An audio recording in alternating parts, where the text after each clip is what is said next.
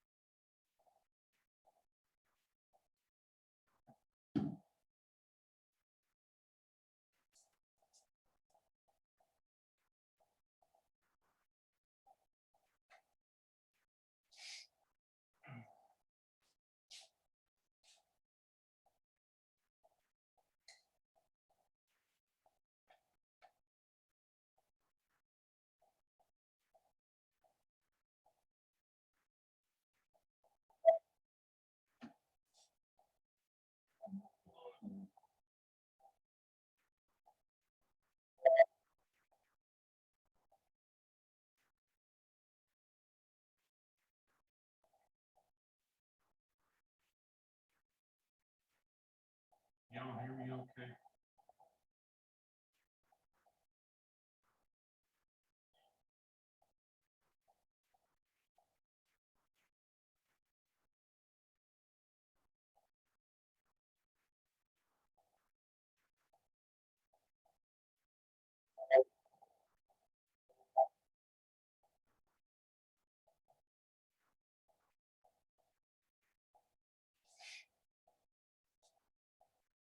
Okay.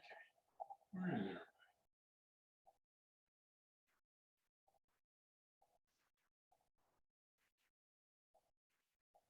Christopher, need to put your name in the chat, please.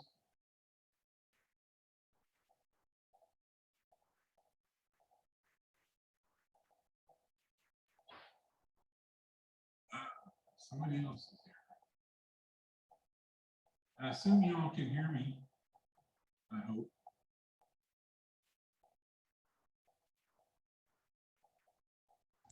We can hear you. I wasn't sure. Yeah.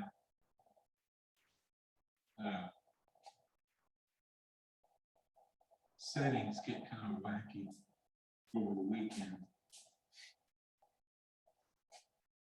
I'm in a 10 o'clock class. I'm in the same classroom for my 10 o'clock class. And the speaker, I mean, the microphones don't always work, so I have to switch to a different set of microphones. And then I come back to these microphones and it works fine. I just do not understand. It's akin to turning it off and turning it on again, I guess.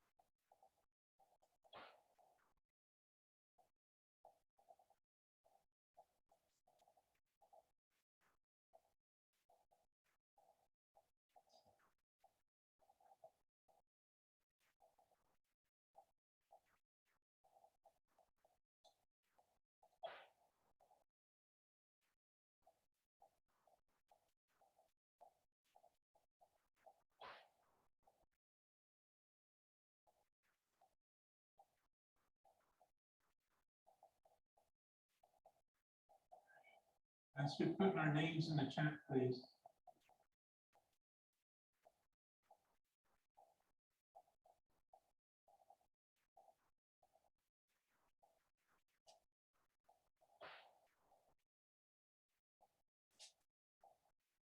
Just over half the people in the class.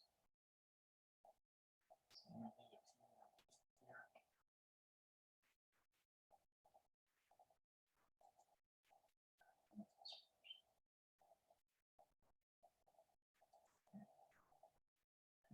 Screen. My screen is expanded. It isn't the main point of what you can see and make it happen.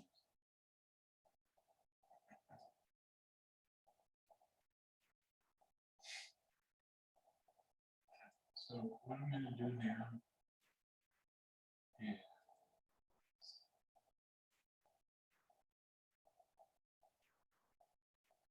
here is in assignments, you'll get an exam there, and you click here and it will show up.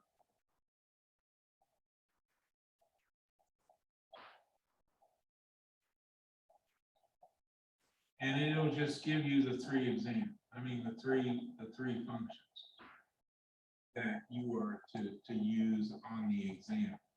It doesn't give you any instructions. All it does is give you the three functions. Okay.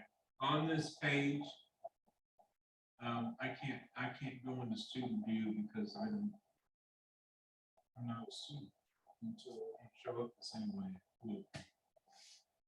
There's a button down called Start. You click the Start button, and then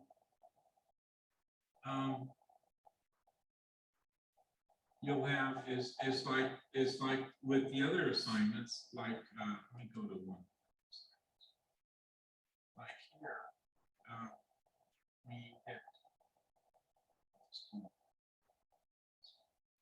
we hit Start Assignment. The same thing shows up, except here is where you'll have the PDF on. Okay, and so and that's what you download to help you work the problem. And this is where you upload your work, just like you had done before. And we'll discuss more about that in a little bit. Okay.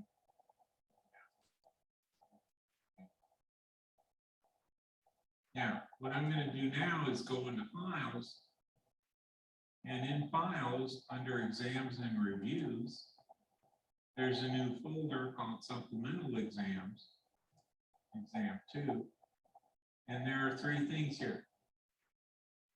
I suggest instead of just viewing them on your computer on the website, download them and possibly print them up, because that will be helpful, especially the graphs, the 3 graphs.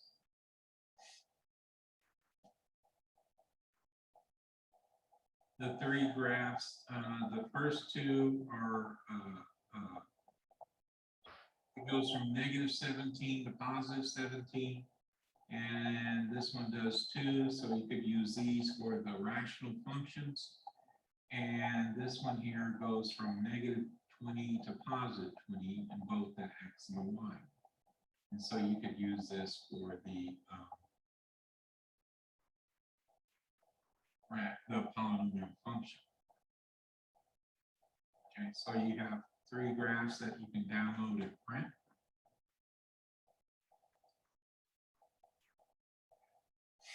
And now, the directions are just the overall directions about doing this online and posting the work. All right. You answer each question. Show all work. That is a very important thing to do, is to show all your work. You do not show your work, I can't give you credit for that problem.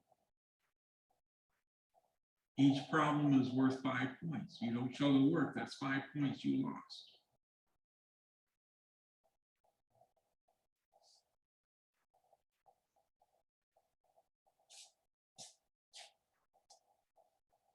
If little or no work is necessary, state the reason for the answer. Well, like on number 3, you'll have a polynomial function, and so you're asked, what are the end behaviors?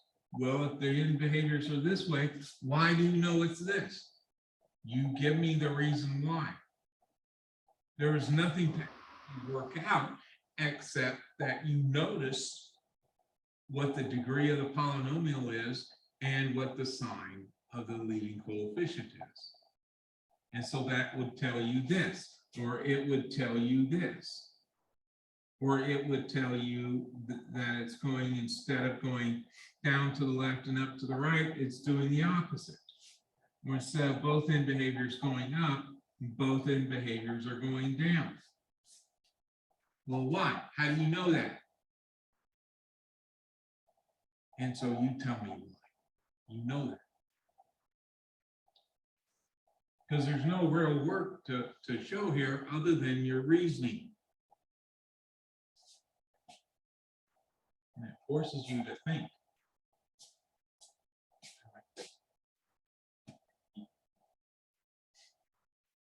All right. When you're working the problem, that you separate, like you have A, B, C, D, E, F, G, H, I, all the way down to K on number 3, and A through H on numbers 1 and 2. Make sure those works are separated from each other, so there's no confusion what you're doing to get that answer. One way to do this is to allow yourself space. So do number 1 on one sheet of paper and graph it separately on a separate graph sheet of paper. Either download the graphs and print those up, or if you have graph paper, use graph paper, or you can draw your own graph, but make sure it's large enough. Because I have people putting on graphs that were like this big square, real small. It's hard for me to see where your numbers are. Make it big enough so I can see what you're talking about, okay?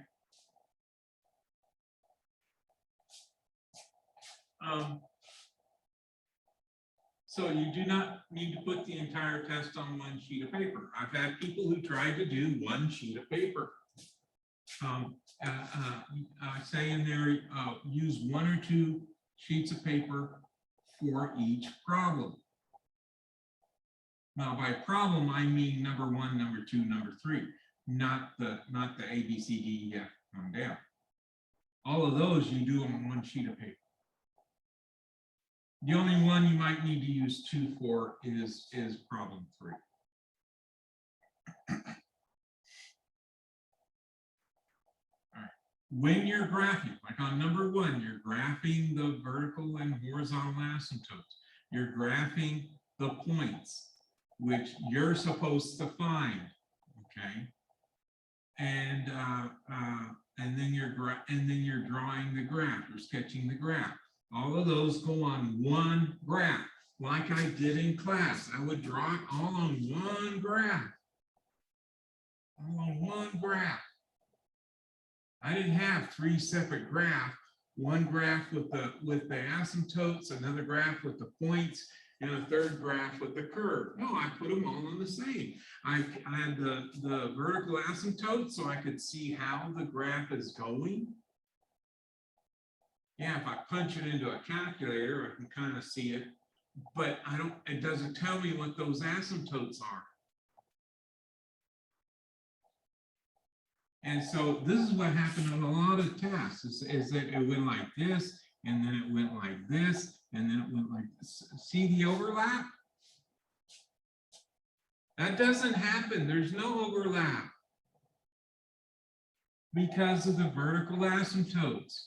So you want everything to be on the same graph. Show the asymptotes, because that'll guide the graphing.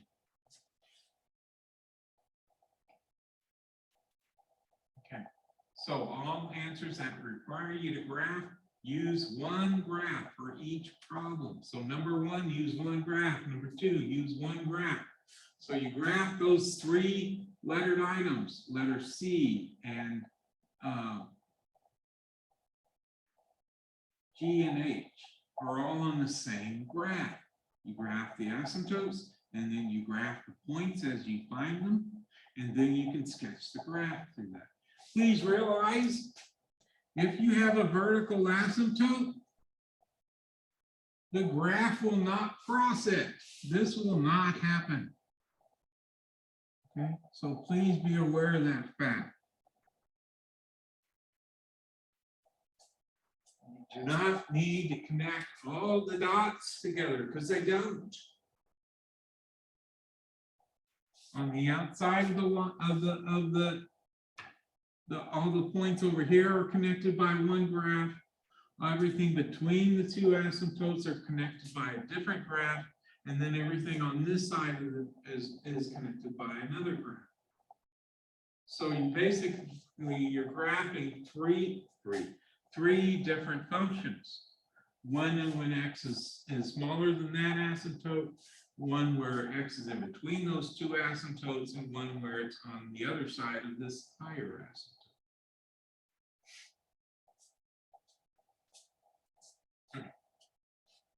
Be as neat as possible.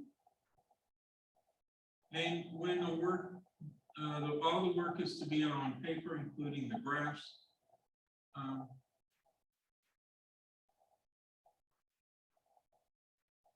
Use 1 to 3 sheets of paper for numbered problems.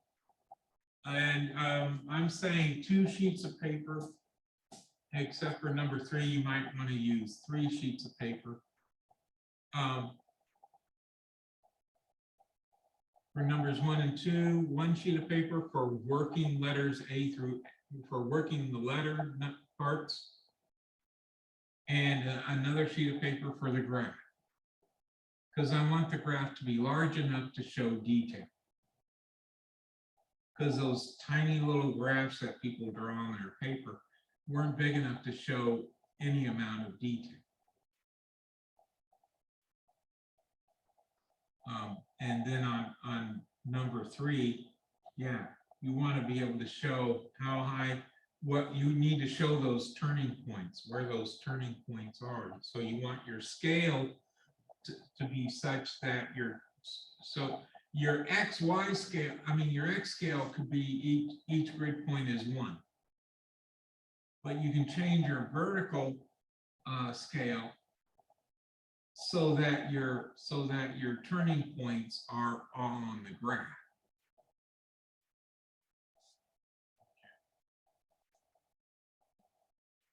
You may get points that won't be on the graph. That is fine. Still list them. I can see that if you get a point that went up to 75, 75 doesn't fit on your graph. So just leave it there. But you just don't have to graph it because it's off the paper. Okay. So yeah, be as neat as you can. And because you have time to do this, and you should get to working on it today, so you have enough time to clean it up and possibly rewrite it, so it looks nice and neat. So it's easier for me to read and see what you're doing. Another thing along those lines, I want your work, not something you copied off the internet, not something you copied off of a friend, or you had someone else copy it down for you and copy it. I want you to be able to do this work. It's about you knowing how to do this, not about how well you can have the internet do it for you, or how well you can copy off of someone else. No, it's about you doing the work. Because that's the only way you really truly learn is if you do it yourself.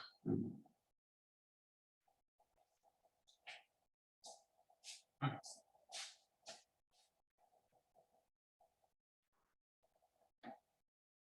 Now, for creating the PDF, it kind of ties it in with the stuff I've been talking about. Make sure that everything you write down is legible. Make sure that all the work for one problem is contained here, and everything else from the other problems don't flow into it or on top of it.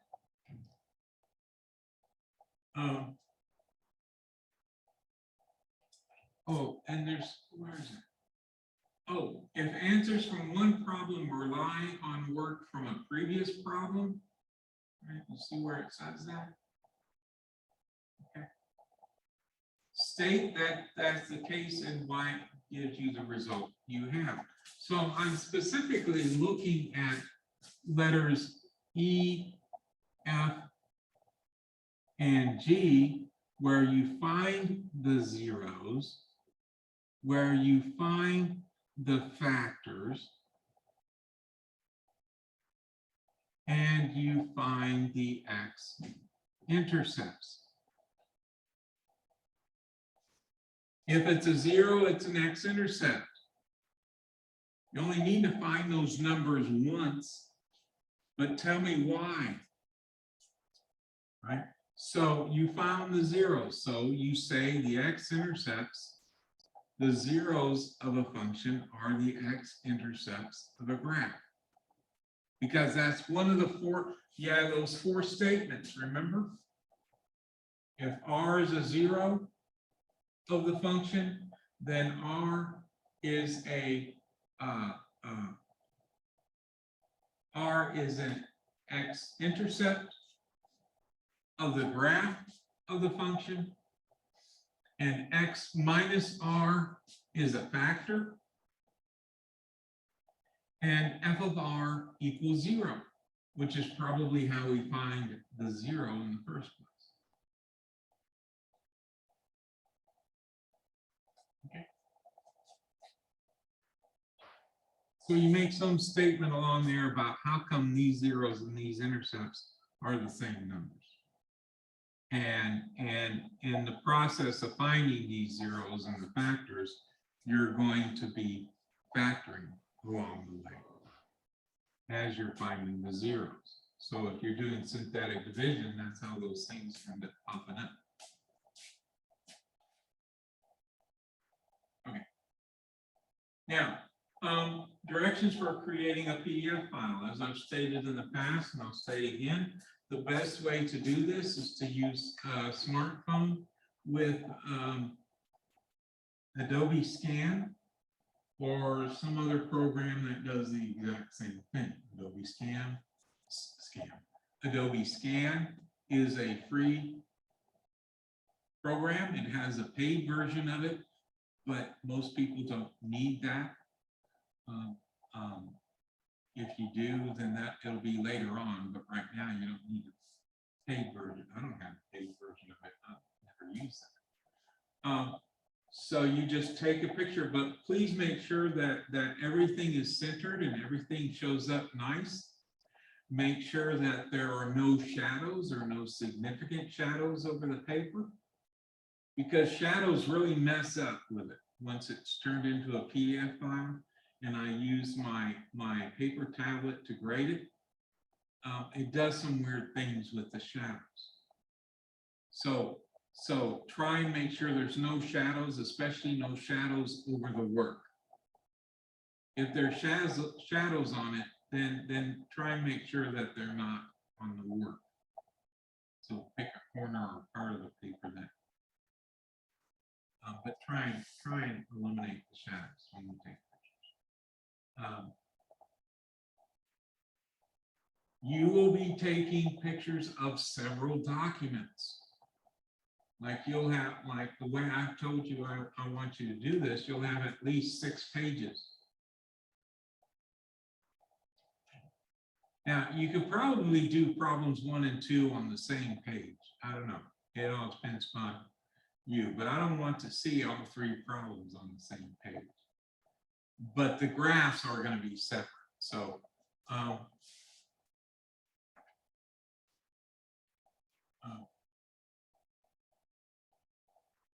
was I going to say? Oh, when you take if you're using Adobe Scan, you can take those pictures and just keep them all in a single Adobe document, a single PDF document, where you have several pages within the document.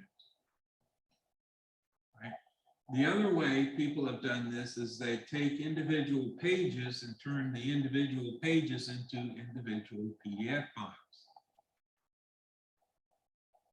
That's a hassle both for you and for me. It's a hassle for you because here you have 6 pages you're trying to upload. And so you have to upload 6 different documents. Rather than if you make it a single file with several pages, all you're doing is uploading 1 file.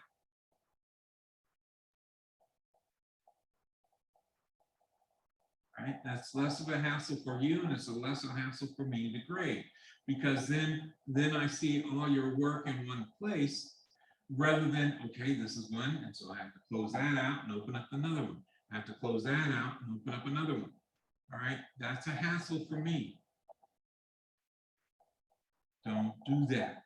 And it's a hassle for you because you have to upload all these different documents.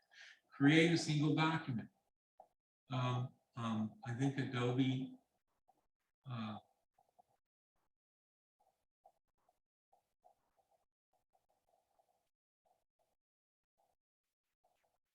Acrobat. Yeah, I think Acrobat will let you, the free version of Acrobat, I think, allows you to create a single file. Okay. And if you're taking a picture of it and then you're putting that picture into a document, which you're going to make into a PDF file, please make sure that the picture you put in to the document is big enough that you can see everything there, and make sure everything is readable. And this is very important. Once you create your document, go through the document, making sure everything is readable. Because there's a statement I put here. If this is the document I grade, if I cannot read it, I cannot grade it. So please make sure it is readable. You will have time to do this. It doesn't take much time. That's why you start working on it now, so you're done with it by Wednesday, And then you can spend the rest of Wednesday creating the document and uploading. It should take. Okay, make sure you upload all your work. Oh yeah, that's very, very important. As I stated there, some people that did not upload all their work. On exam 2, especially, there are a number of people who did problems 1 and 2 and then didn't upload problem 3. What's with that? One person that comes to mind, they did number 2. The document I had, it was just one problem and it was number 2. They got a perfect score on that, but I was missing the first problem and the third problem. So that was 40 points and 55 points. So that was 95 points they lost because they didn't upload those. I don't know if they didn't do them or if they just didn't upload them and thought they had. That's why everything needs to be in one document, and you double check to make sure all your work is there before you upload it. And if you choose to upload single page documents, make sure you upload everything. That's another reason why I like it to be a single document. So that way you can check your document to make sure you have all your work in there before you upload it, not upload it and go, uh-oh, I missed something. Or you upload it and you don't realize you missed something and it's not there. So I don't have the graph to grade on one of the problems, or all of the graphs didn't get put up.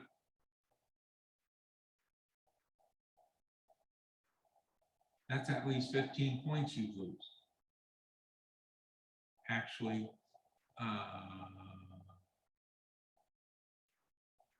that's 45 points. 15 points for graphing. Well, not that many. So that's be 30 from the first 2 problems and then another 10. So that'd be 40 points you'd be missing. Is it that many? Yeah. 5 and 5. Yeah. So make sure you got everything there. It sounds like a lot, but I want you to do well on this thing. I want hundreds from everybody.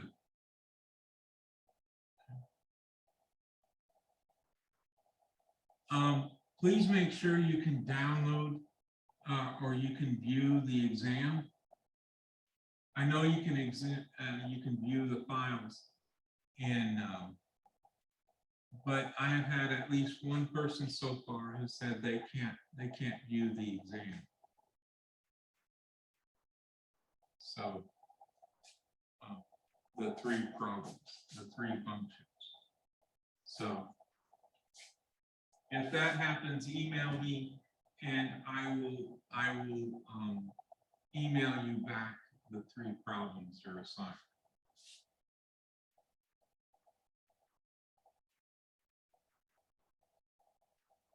Okay.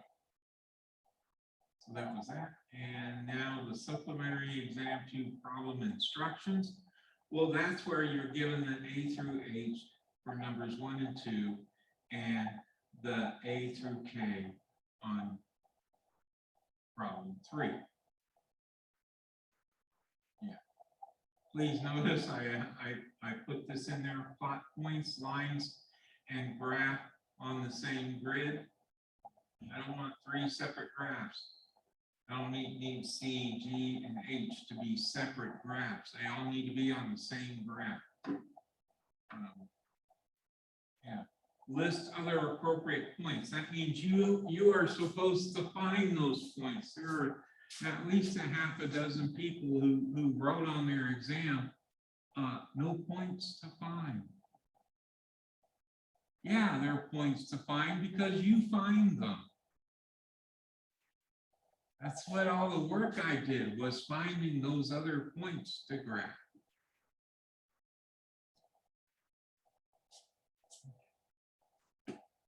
And this, all this stuff here, yeah. Descartes' rule of signs, please be sure you do that. Letter B is based on this. You have three sets of numbers. So you find this set of numbers, you find this set of numbers, and then from these two sets of numbers, you find this. You don't need to tell me where you got those numbers from, but these are the factors of the constant plus or minus of each factor. And these are the factors of the leading coefficient plus or minus. And this is the division, the fraction of these numbers being divided by these numbers.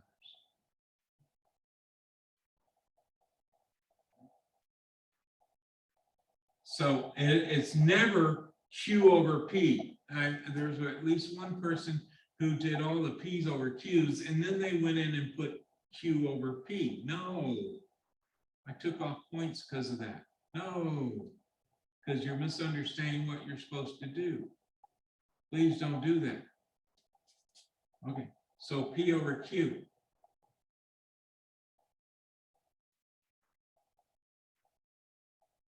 Please realize that if you have a prime number as a factor, its factors are 1 and that number, not just that number. I had somebody who just said it was like this was a 3, and so they just said this is plus or minus 3. They completely ignored the plus or minus 1, so they didn't get all the ones here that they were supposed to get. So.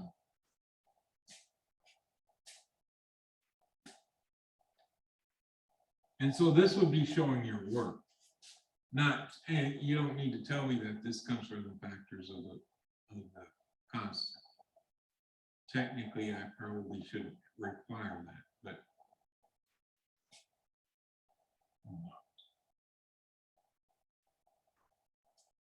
okay.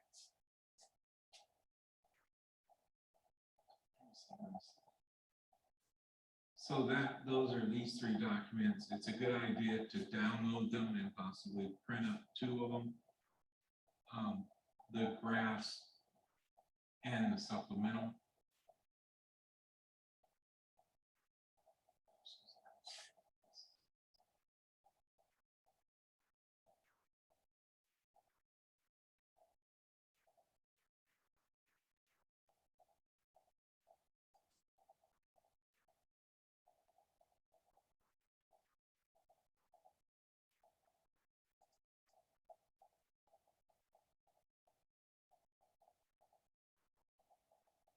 Oh, a word about the grades. I put them in Canvas. Please notice that the column designation is exam 2 followed by exam 1 rather than exam 1 followed by exam 2. I did not notice that when I entered in the exam grades. So I entered exam 2 grades in for exam 1. So where it says exam 1, that's your grades for exam 2. I haven't completed my calculations for exam 1 grades. That's why they're not loaded. And just like we're doing something to boost grades, well, the grades weren't too bad in this class. But there are a number of people who would want to improve their grades. So that's what we're doing. And so for exam 1, I'm going to do something similar. Okay.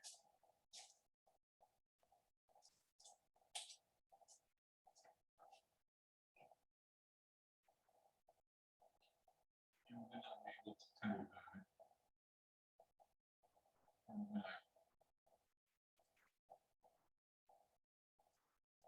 Okay.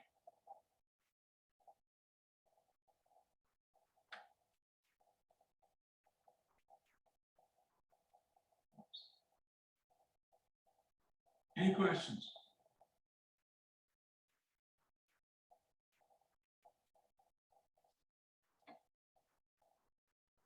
Please do not hesitate.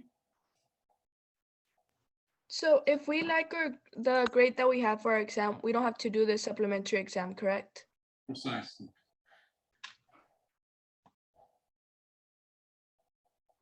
I'm not going to make you jump through a hoop simply to make you jump through a hoop. But if you want to increase your grade, and there's a number of people who want to, then this is how you do it. Okay. Yeah, there's a number of people who may have high 90s on this exam. So, yeah. Oh, the grades I post are on a 100-point scale. Even though the test is on a different point scale, I convert it to a 100-point scale. So.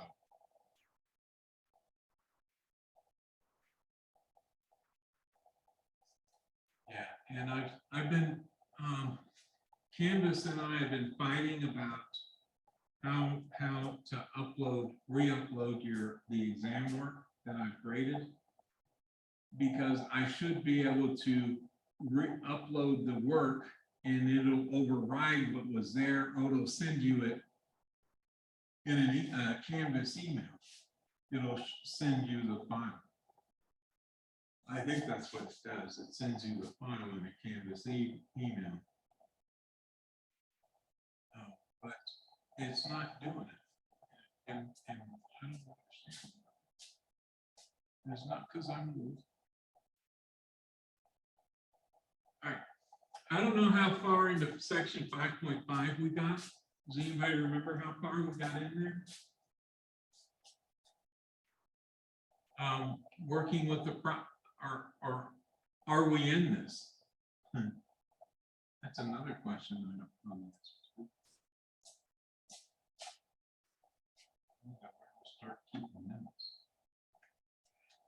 especially since I have 2 classes in the same classroom, and so you all use the same PowerPoint.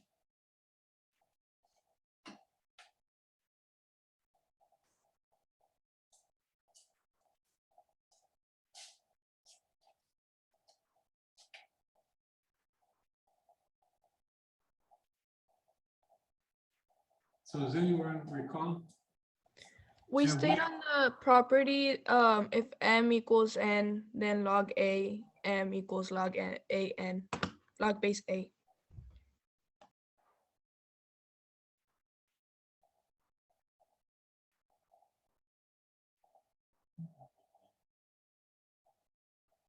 We're getting close. We're getting close. This one? Yes. Okay. So if 2 expressions are equal, then the log of those 2 expressions will be equal. And if the log of 2 different expressions is equal, then the 2 expressions are equal.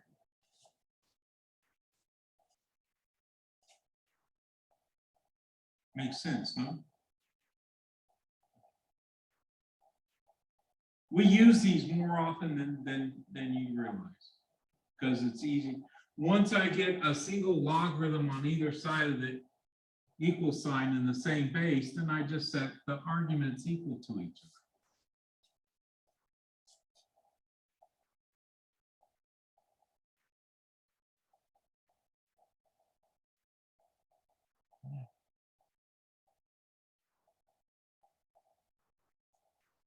Now, they go about this in several different ways, and I'll just go through theirs because I'm tired of fighting a little bit. So one way about, first of all, they look at the fact, they rewrite this as an exponential. This means that this equals some number, it equals an exponent that we put on the base to equal 17. So 4 to the y will equal 17.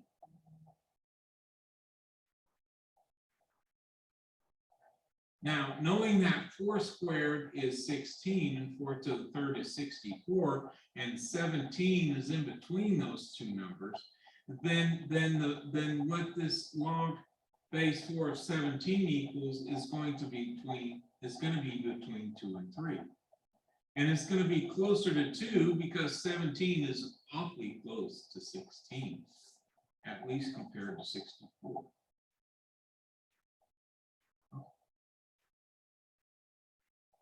Well, one way to do this is to take the natural, and that's our common, when we do this, sometimes taking the log of both sides, the natural log of both sides is usually what we do.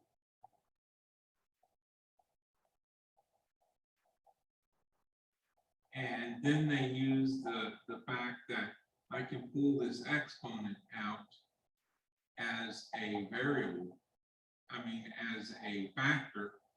And so now I have y times the natural log of 4 equals, and then I divide both sides by the natural log of 4. Boom, done.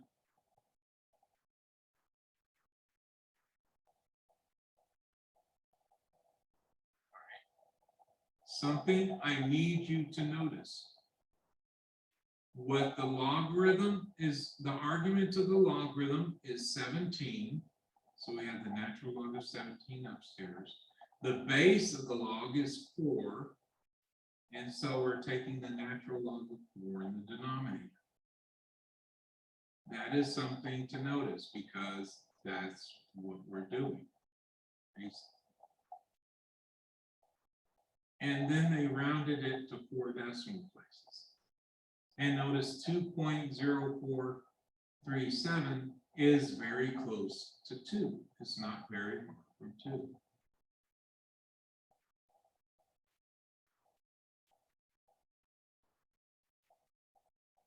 So that feeds us, that allows us to go into the change of base, because we're going to change the base here. What we basically did, we changed the base from base 4 to base e, to the natural log. All right, the conditional statements here, but need to be true for this to be logarithms. So the base A, log base A of m. If I want to change its base to a new base, then it's log in the new base of the argument being divided by the log in the new base of the old base. So we're taking the log of the old base in the log in the new base. So log base B of A. And my numerator is log base B of the argument over here. Now, more specifically, we use these two down here.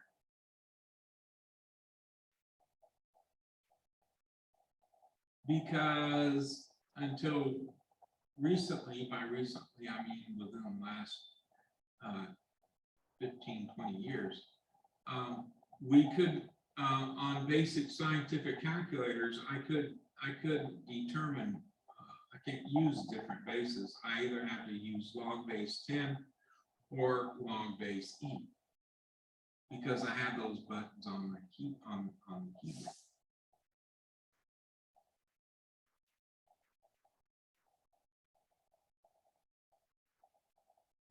So, but one thing they don't talk about here is that this number, whatever you get once you divide it out, will be exactly the same as this number once you divide it out.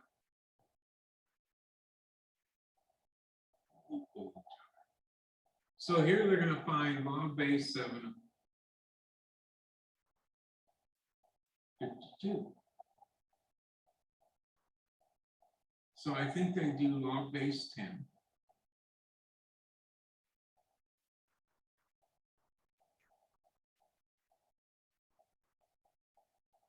So the log of the argument divided by the log of the base. Or if we wanted to use natural log, again, natural log ln, not in, not 1n, this is ln. Natural log of the argument, 52, divided by the natural log of the old base, 7.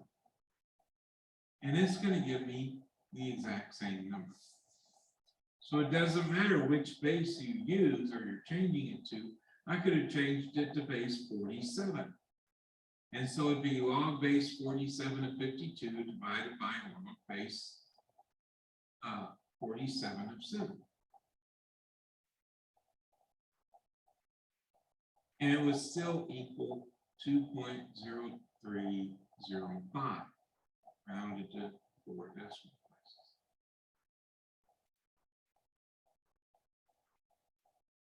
Now for letter B, they're going to do the exact same thing. They're going to change it to using the common log, base 10, and using natural log, base E.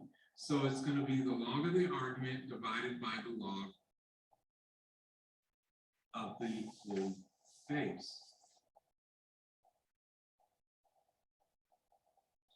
And they get approximately 1.7712.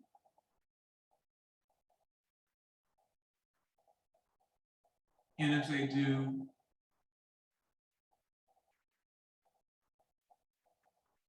and now they're going to do it with natural log. So natural log of the square root of 7 divided by the natural log of the square root of 3, which again will result in approximately 1.7712.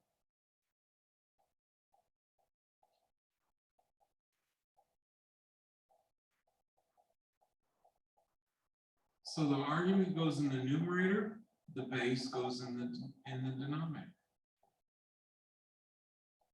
Whether you're using common log or natural log, you wind up with the same values. Now, I will not be asking for, on the test, I won't be asking you to approximate those numbers unless it's part of a bigger picture. And so I'll be asking for the exact value, and this is the exact value. This is the exact value. Same thing down here. So it doesn't matter if you choose to use log base 10, fine. If you choose to use natural log, fine. My default is to use natural, but that's me. Now we're going to be talking about logarithmic and exponential equations, how to solve them. Okay, we're going to solve logarithmic equations. Sometimes it's as simple as writing it as an exponential.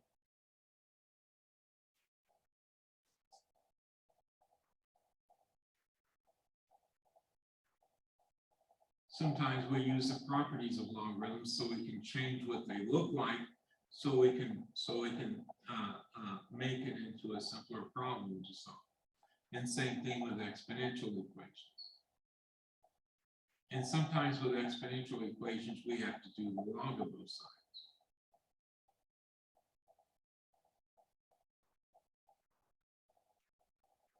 And then we look at how they do number 3.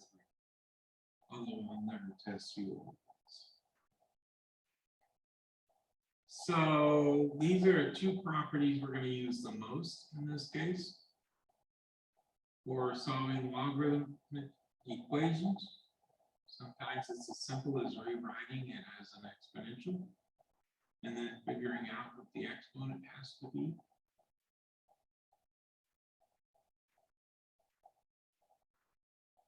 Yeah.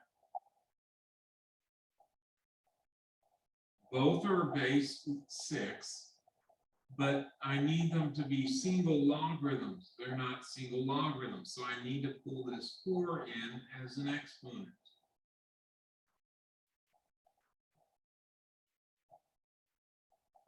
So, so we're using this property of logarithms to be able to write it this way. And now since I have single logarithms in the same base, then the 2 arguments will be equal. So that means x to the fourth and 16 are the same number. Well, the fourth root of 16, you will get two numbers. 2 to the fourth power is 16, and negative 2 to the fourth power is positive 16. You multiply an even number of negative signs, you get positive. Raising a negative number to an even power is positive. That reminds me of something. I don't remember which class it was. Yeah. Happens enough time that we need to talk about it.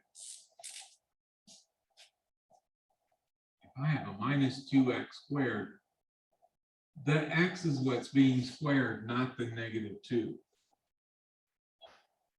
Because I have to do this product before I multiply by, I have to do this exponent before I multiply by the negative 2. The only way that 2 would have been squared is if it was inside parentheses. Then I would square that negative sign. But if there's no parentheses there, then that 2 is not being squared, only the x is.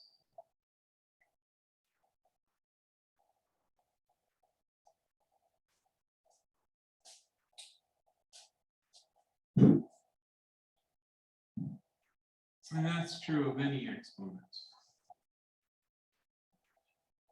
Okay.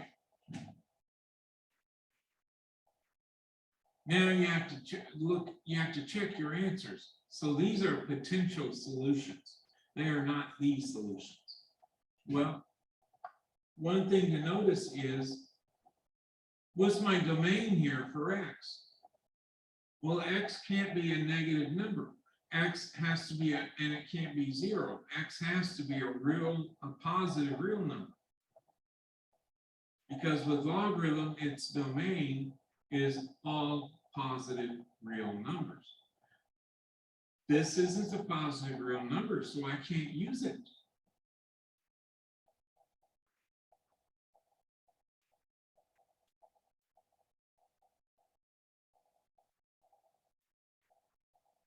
So negative 2 is extraneous, and it shall be discarded as useless and a hindrance to the world. Sorry, I get that way sometimes. And so 2 is the only possible solution, so we check it to make sure it works. So log base 6 of 4 times log base 6 of 2. So we're going to use the rule that this r out here comes in as the exponent. So this 4 came in as the exponent, and 4 to the 4th power is stated, 2 to the 4th power is stated earlier, is 16, and the log base 6 of 16 does in fact equal the log base 6 of 16. So 2 is in my solution set, and it's the only number in my solution set. And let's move on.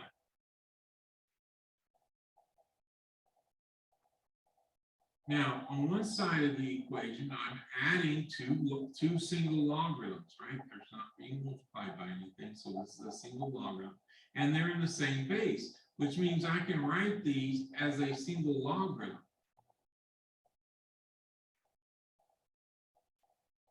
Oh, yeah, I always forget this part. I start looking at this after I start finding my x's. So with x plus 9 has to be greater than 0, so that means x has to be greater than negative 9, because I subtract 9 from both sides. And for this one, I'm going to subtract 1 from both sides, and I get x is greater than negative 1. And now I look at these two, and I determine which one is more restrictive. Which ones allows fewer numbers in? Well, this one allows fewer numbers in, so this won't help me. because -8 works here, but if I put -8, but -8 doesn't work here. -8 is not less than -1. It has to work in both of them for it to work in all of them.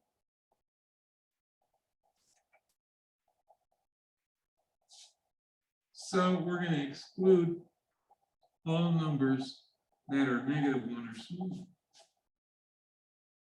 They're useless to us. At least in this problem. So if I get a number that isn't greater than -1, I can ignore it because it's extraneous and shall be put down.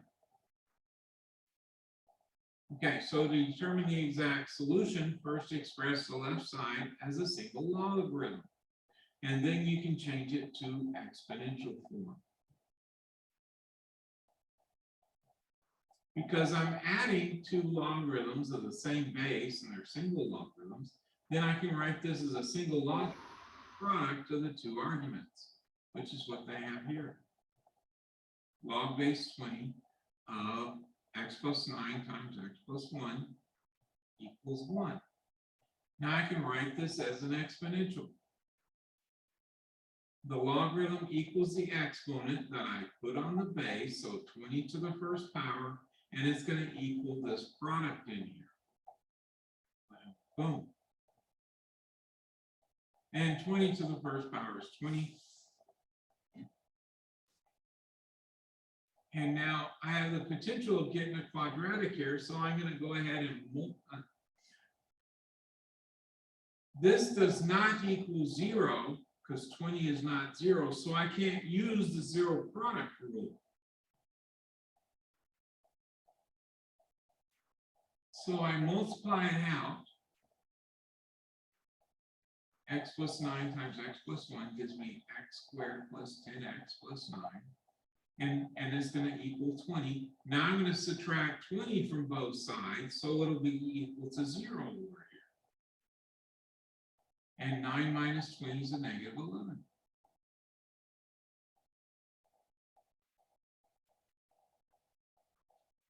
Now I'm looking for the factors of 11 that subtract to 10. Well, the only factors of 11 are 1 and 11. So I'm either doing 1 minus 11 or 11 minus 1. Or 1 minus 11 is a -10, but I need to get a +10. So it's going to be 11 minus 1. So it's going to be x plus 11 and x minus 1. X plus 11, x minus 1. Now I have a product that equals 0, so now I can use the zero product rule and set each factor equal to 0. So x is either going to equal a -11 or x is going to equal a +1. Well, -11 isn't greater than -1. So -11 is extraneous, and I can stop it to that. I can ignore it. Put it off to the side in this dustbin. And so only one satisfies the restriction, so -1 is extraneous and can be ignored. And so the solution set is a set containing the number 1, which you should check. Okay. So 1 plus 9 is what? 10. And 1 plus 1 is 2. So this becomes log base 20 of 10 times 2. 10 times 2 is 20. So log base 20 of 20 is 1. Well, that's one of the properties of logarithms. Is when you take the log of its base, you get 1. And so it does 1. Boom.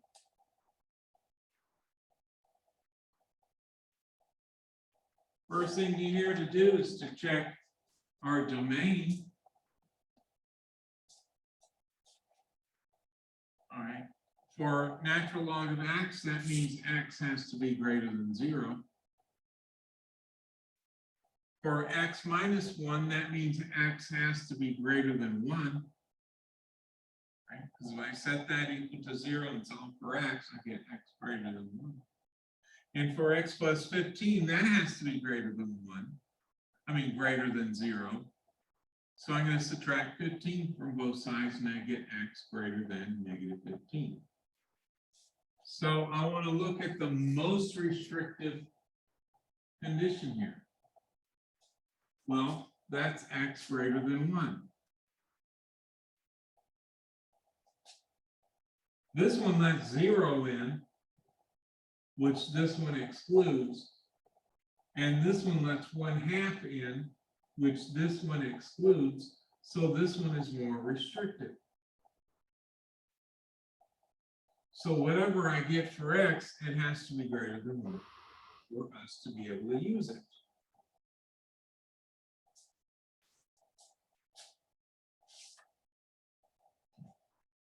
So on the left-hand side, I can write this as a single logarithm. Okay, yeah.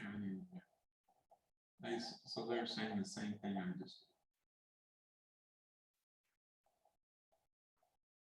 So we're going to use the log of a product property to rewrite the left-hand side as a single logarithm.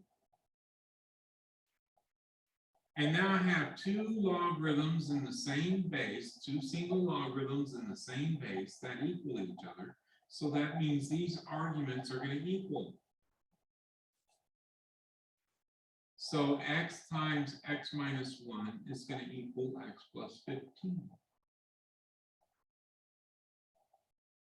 And now I have the potential of having a quadratic equation to solve. So I simplify by using the distributive property on the left-hand side and get x squared minus x. The right-hand side didn't change. So now I have a quadratic, only it's not in standard form. So I need to write it in standard form, which means I'm going to subtract x from both sides. Negative x and negative x makes for negative 2x. And I'm going to subtract 15 from both sides. So on this side, I get 0, and I get a negative 15 over here. On this, I'm going to subtract 15 over here. So it's going to be squeezed in there.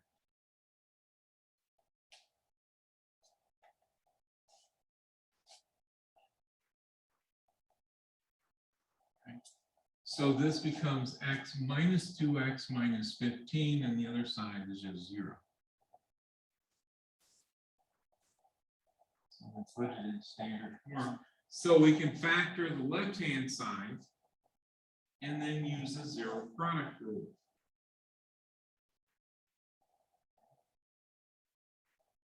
The factors of 15 that subtract to a negative 2. Well, 3 times 5 is 15, and 3 minus 5 is a negative 2. So that's why the 5 is minus and the 3 is plus. Setting each of those equal to 0, you end up getting 5 or negative 3. Because here I'm at x minus 5 equals 0, so that means I'm going to add 5 to both sides. Here I have x plus 3 equals 0, so I'm going to subtract 3 from both sides, and that's how we get 5 and a negative 3. Well, negative 3 is not inside our domain over here. So we ignore this solution, but 5 works here. So we check to see if 5 works. Here I have 5, here I have 4, and here I have 20. So the natural log of 5 plus the natural log of 4 is the natural log of 5 times 4, which is the natural log of 20. The natural log of 5 plus 15 is the natural log of 20. So I get the natural log of 20 on both sides. So yes, it works. It checks out. Usually it's sufficient enough to put the number in for x, and do I get a positive number inside the argument? And the answer is yes. So this is another property we use quite a bit, and this also is telling us that we're going to start looking at exponential functions. And with exponential functions, we can use logarithms to change it, or we can change it to a logarithmic expression to find the solution. It just all depends on what's happening, what we're trying to solve.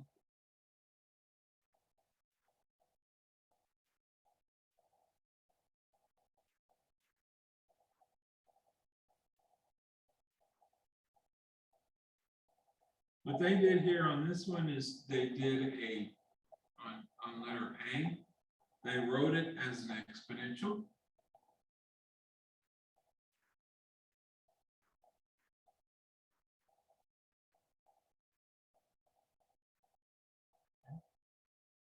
They rewrote it as a logarithm. And then did change of base. This is the exact solution, and if you type it into the calculator, you get the approximate solution.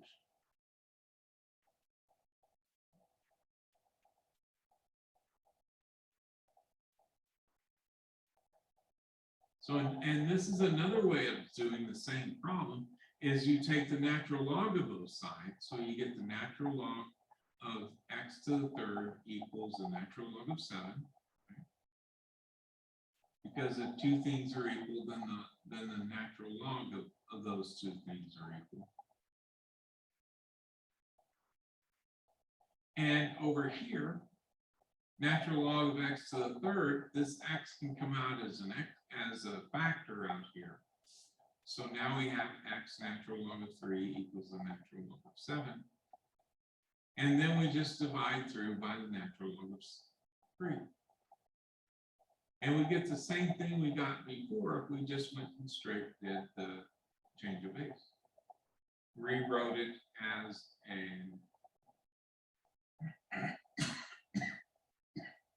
as a logarithm and did change of base.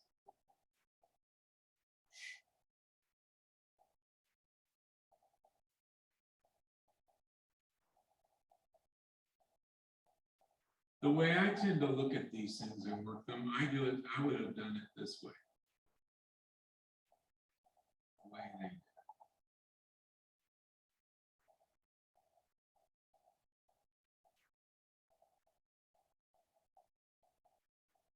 And then typing it into the calculator, you get approximately 1.771.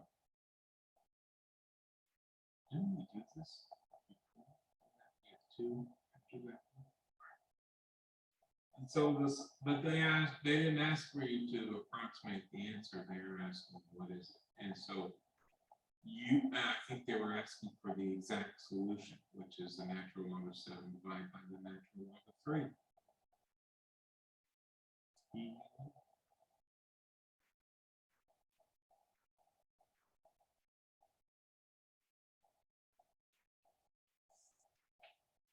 Now, they went ahead and did the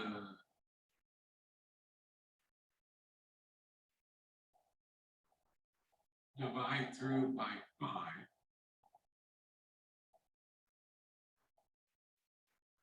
And then I'm trying to remember, did they take the natural log of both sides?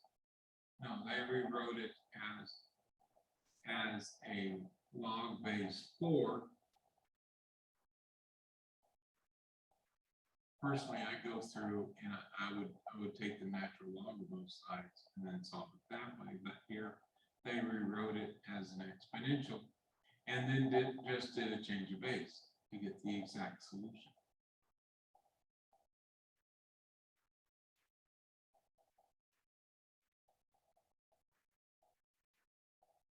And then they typed it into the calculator to get the approximate solution.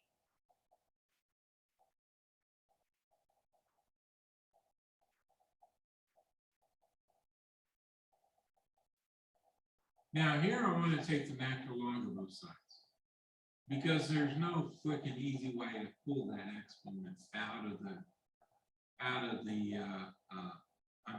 pull the variable out of the exponent without using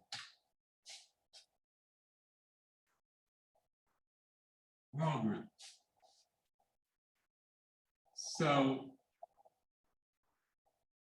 And the textbook does the same thing, tend to go straight to natural log, taking the natural log of both sides. And then use this property to pull that exponent out on both sides.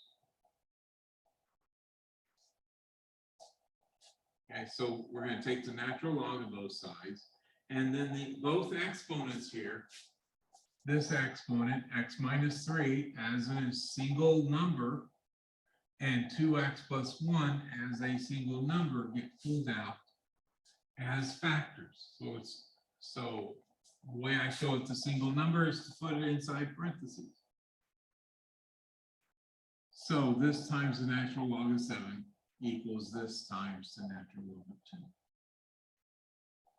Now I want to end up getting x on the same side of the equal sign so I can solve for it. So that means I'm going to need to use the distributive property to get rid of these parentheses.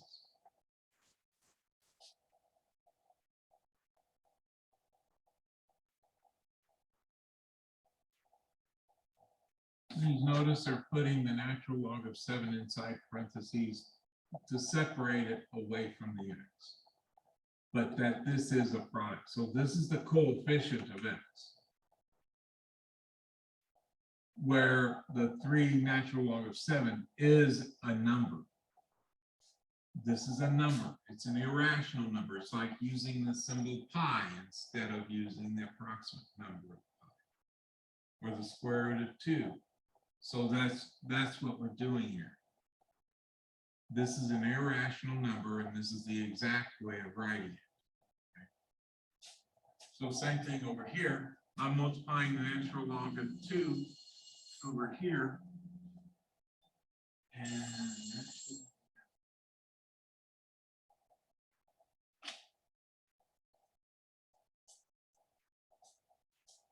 And so natural log, and this is a number, all right? This is a real number.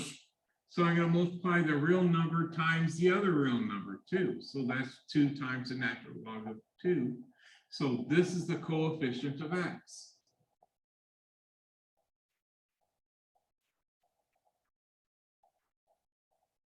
And then the natural log of 2 times 1 is just the natural log of 2.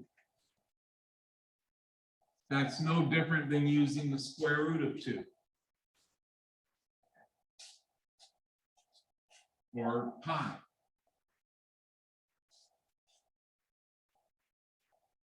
So now I have this over here, but I want it on this side, so I'm going to subtract 2 natural log of 2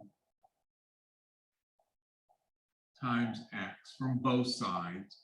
And this I'm going to want to put over there, so I'm going to add 3 natural log of 7 to both sides. So that's what they're doing, this in one step to get this. So now both my x terms are on one side of the equal sign, and my constant is on the other. This addition here is a single number, because this is a real number plus another real number. It's like the square root of 2 plus the square root of 3. They're still real numbers, even though they're irrational. Can't be reasoned with. Okay. So notice I have x and I have x, so I can factor x out of this. So now my coefficient of x is this expression. An irrational number minus another irrational number. And so to get what x is, I'm going to divide both sides by this coefficient. So I'm dividing by this expression on both sides. So that's what x equals. That's the exact solution. Punch it into the calculator. I don't want that on the test. They may ask for you to approximate this in MyLab, but on the test, you'd be done at this point.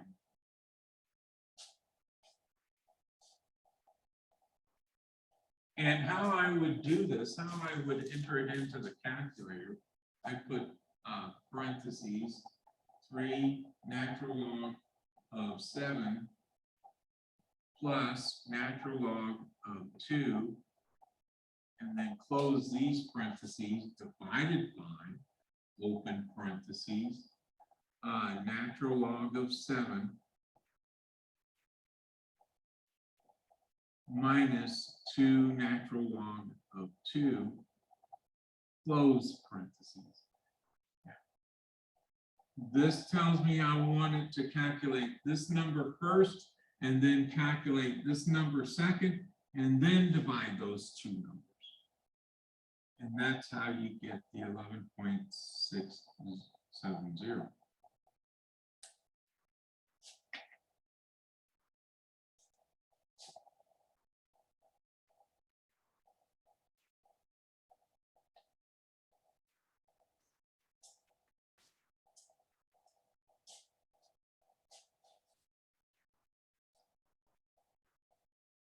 Questions here? And yes, you will get a problem similar to this on the exam.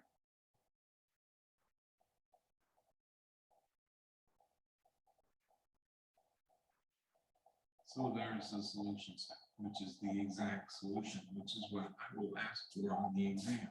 Even though in my lab, they will sometimes ask for the approximate solution to 3 or 4 decimal places, and they'll specify the number of decimal places.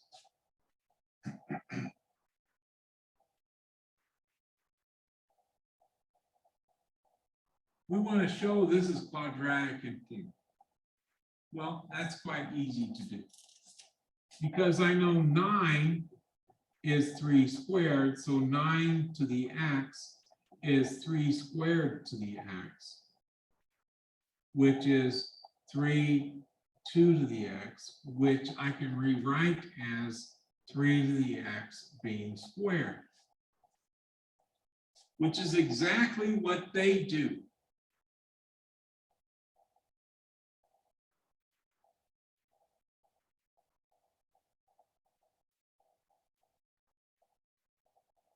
So that means we can write 9 to the x as 3 to the x squared. And we can say u is 3x, 3 to the x, then u squared is 3x to the x squared. So I can replace this with a u and this with a u. So now I have this function to, I can factor this. And it's the same process as if I was factoring this thing, okay? My coefficient here is 1. So I'm going to get 2 factors. All right, here it's a simple process because this is something you're used to doing. Easier to see it this way. The factors of 12 that subtract to 1, well, that's 3 and 4. 3 minus 4 is a negative 1. 4 minus 3 is a positive 1. So I want to subtract the 3 and add the 4. And so then I have u minus 3 equals 0 and u plus 4 equals 0, or u equals 3, or u equals a negative 4. And then I substitute the 3 to the 3rd power back in. And so that's going to give me 3 to the x equals 3, or 3 to the x equals a negative 4. Well, exponentials will never equal a negative number unless there's a minus sign out front. There's no minus sign out front, so it'll never be this. So this gives me no solution. But on this side, it does. X, what is x? As 3 to the x equals 3. Well, what's the exponent on this 3? 1. You should be able to see that without even thinking about it. So that means x equals 1.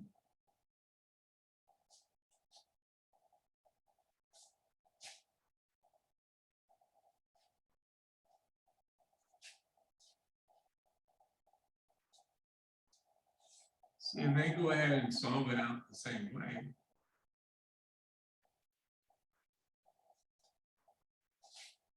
All right, factors of 12 that subtract to 1. So that's that. And so I set this equal to 0, and I set this equal to 0. Just like we set this equal to 0 and this equal to 0. And at this point, we would substitute this in for u and this in for u to get, so now this becomes that. Actually, this is where they would do it. Sorry, I did it too soon. Okay.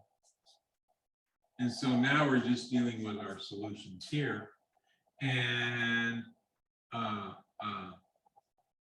since 3 to the x is always positive, then the x to the third equals -4 gives us no solution. And so 1 is the only solution. And if you put 1 in for x, yeah, you get 9 plus 3 minus 12. 9 plus 3 is 12. 12 minus 12 is 0. So yeah. So 1 is the solution set.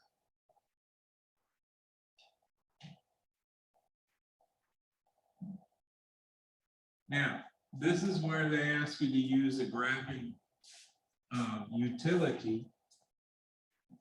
Well, whenever you have two expressions equal to each other, you can find out the variable by the left-hand side. You put that in as a function, and the right-hand side you put in as a function. So you're putting in y sub 1 is x plus e to the x, and y sub 2 is the horizontal line y equals 3. And then you look to see where they intersect. Right? And where they intersect, the x value of where they intersect is your solution.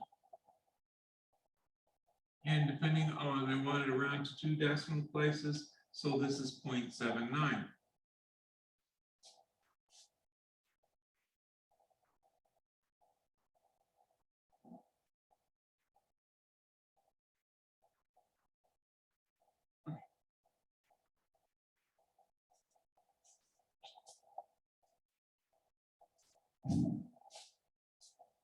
We're going to get a little bit into this section before our time is up.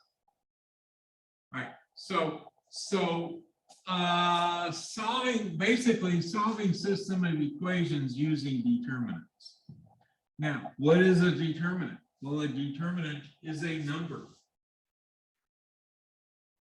Sometimes a matrix will give you a determinant. Sometimes a matrix has a determinant that is it doesn't exist. So that's something to be aware of. And so if that happens, then we can't use determinants to solve a system of equations. We have to go the old-fashioned way. Okay. So evaluate a 2x2 determinant. Use Cramer's rule to solve a system of equations of 2 variables. Evaluate a 3x3 determinant. And then use Cramer's rule to solve a system of 3 equations containing 3 variables. And then know the properties of determinants. I don't stress this too much. By that at all. All right. So a determinant of a 2x2 matrix. If A, B, C, and D are real numbers, then the symbol D equals, instead of using the brackets,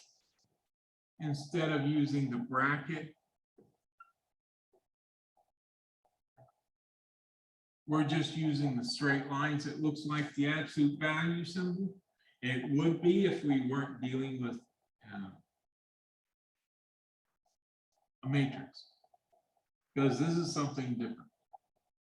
Because absolute value always gives you positive numbers, but because we're subtracting, we could get negative numbers. We could even get 0. Because the determinant of 0 doesn't mean it doesn't exist, it means it equals that number.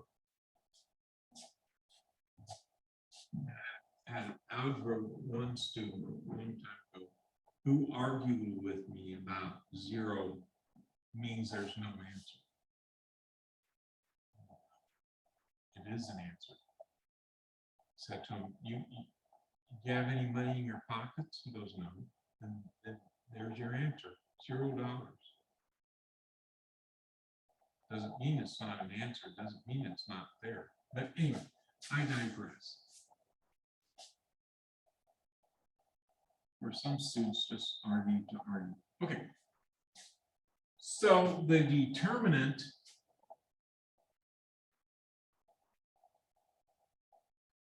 is this is what we call the main diagonal. So the product of the main diagonal, and you subtract the product of the other diagonal. Example. It's easier to see with an example. So here we have this matrix. 4, -1, 7, 2, and we want to find its determinant. So the main diagonal is 4 and 2, the other diagonal is 7 and -1. So I find those products, right? 4 times 2, -7 times a -1. So this is going to be 8 plus 7. So the determinant of this 4 by 4 matrix is 15.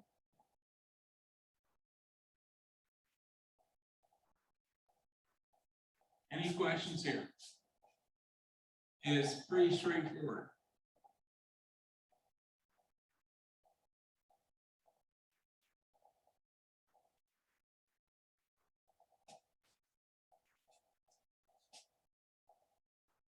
Now, this is Cramer's rule, and we're going to be finding determinants of 2 by 2 matrices.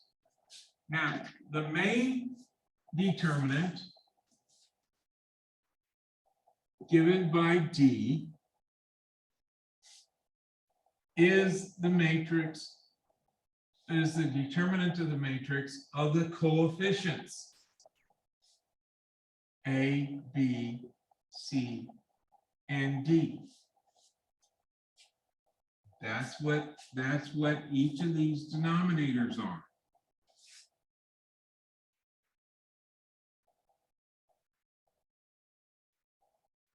All right, the determinant of A, B, C, D, determinant of the matrix A, B, C, D. It looks like a J, not a comma.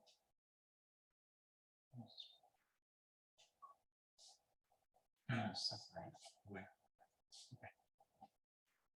So now I need to find the numerator determinant. Well, we have the determinant of the x for the x. That means I take my constant column and I replace my x coefficients with the constants. So A and C become S and T, and D and B don't change.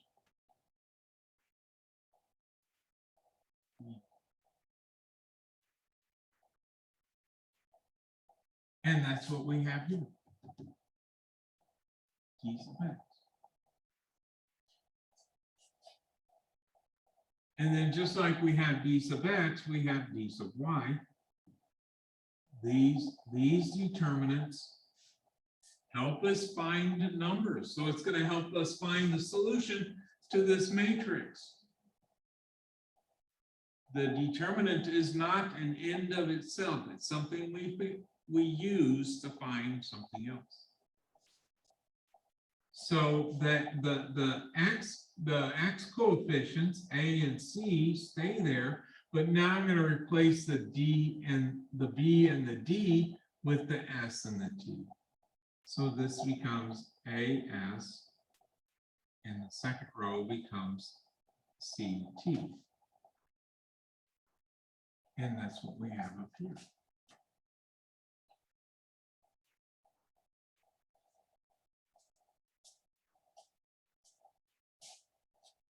So we're trying to find two unknowns, which means we need to find three determinants.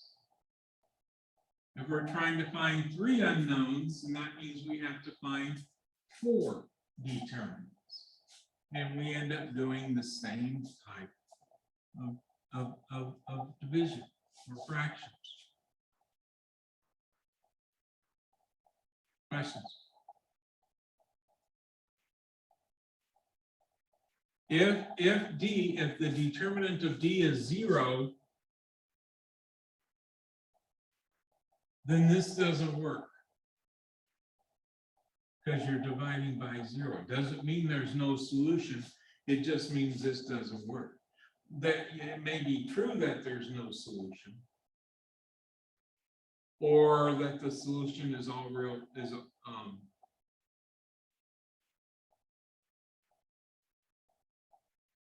the solution is that the two lines are the same line. So you have an infinite number of solutions.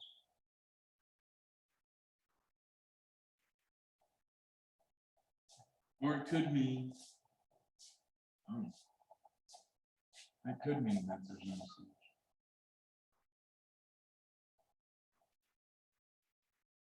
Okay.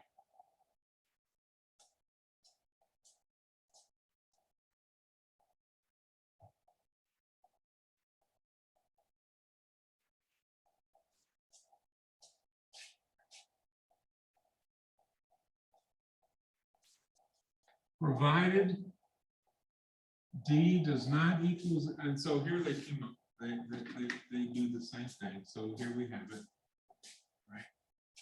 Understanding that this determinant is where the A and the C are replaced with a constant, and this D sub Y determinant is replacing the B and the D with the constants, and then finding those fun things. So if as long as the denominator doesn't equal 0, then this gives you your X and your Y then of the intersection of those two lines, or the solution to the system.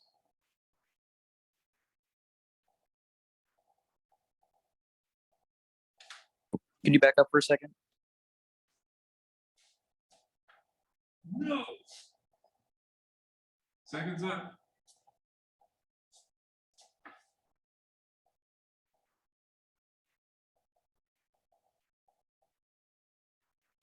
Thank you, I'm good. And I used to wonder why my daughter's so contrary. Okay. So, first thing we want to find out is what D is. So that's going to be 2, 3, 3, negative 2, that determinant. So it's going to be 2 times a negative 2 minus 3 times 3, which gives me a negative 4 minus 9, which is a negative 13. Did I do my arithmetic correctly? I sometimes get ahead of myself and write the wrong thing.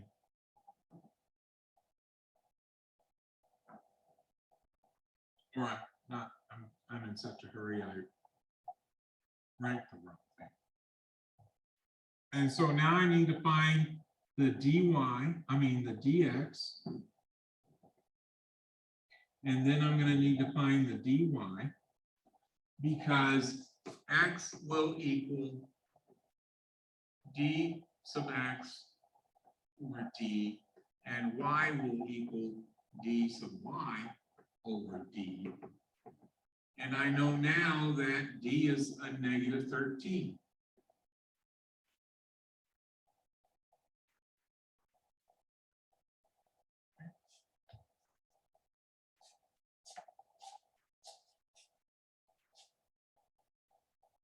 And now for D sub X, I replace the 2 and the 3 with the 1 and 21.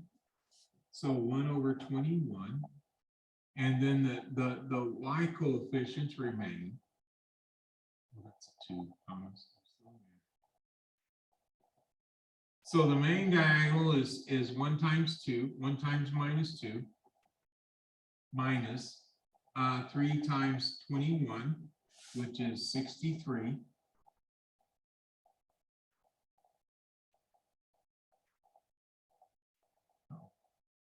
Oh.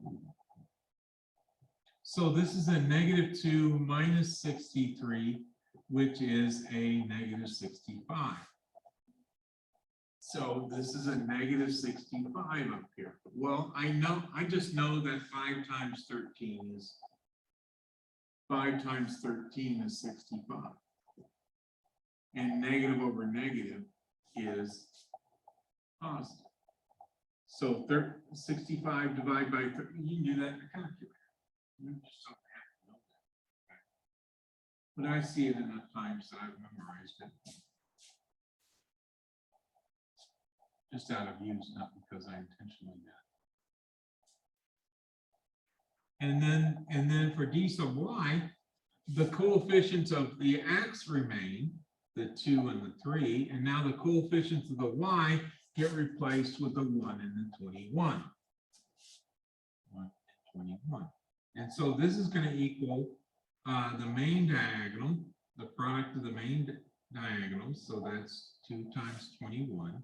And I'm going to subtract the product of the other diagonal. So 2 times 21 is 42.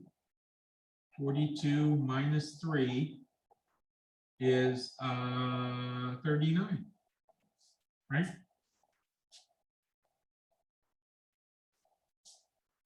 So that's 39. My answer is going to be negative because positive divided by negative. And I know 39, 3 times 13 is 39. That's another math fact that just takes up space in my brain. Because I can use a calculator here to find it. And so there we have it. So my solution to the system is the 0.5, negative 3.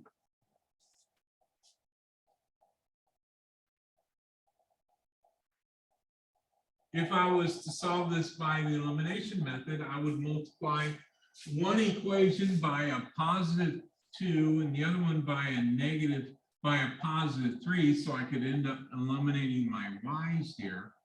So I would multiply this one by 2 and this one by 3, so that would give me 4x plus 6y equals 2, and I get 9x minus 6y equals 63, and then when I combine, these go to 0, and this is going to give me 13x equals 65. Dividing through by 13 gives me x equals 5, which is what I got over here. And then putting 5 back in for x in one of these two, and I'll do it in this one because this has a positive coefficient. So now I have 2 times 5 minus 3y equals 1. 10 minus 3y equals 1. Subtracting 10 from both sides. Oh, that was plus 3. Subtracting 10 from both sides, I get 3y equals a negative 9. Dividing by 3, I get y equals a negative 3, which is what I have over here.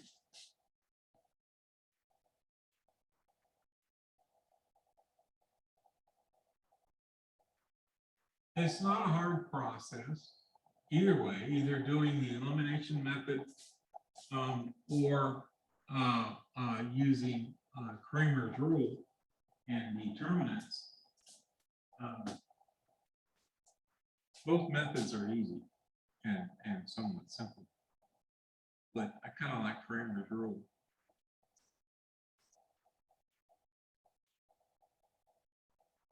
Okay, we went over time. So we'll pick up here next time. Please, for those of you who need to do the supplementary exam, please go ahead and get started on it today.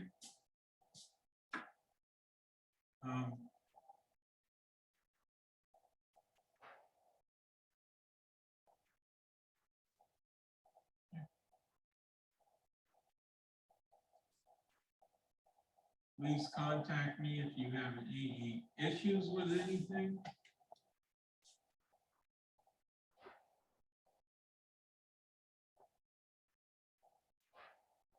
Notice the noise difference with turning that projector off. Really makes it quiet. Now, Bye, sir. Have a good day. you too. Bye-bye.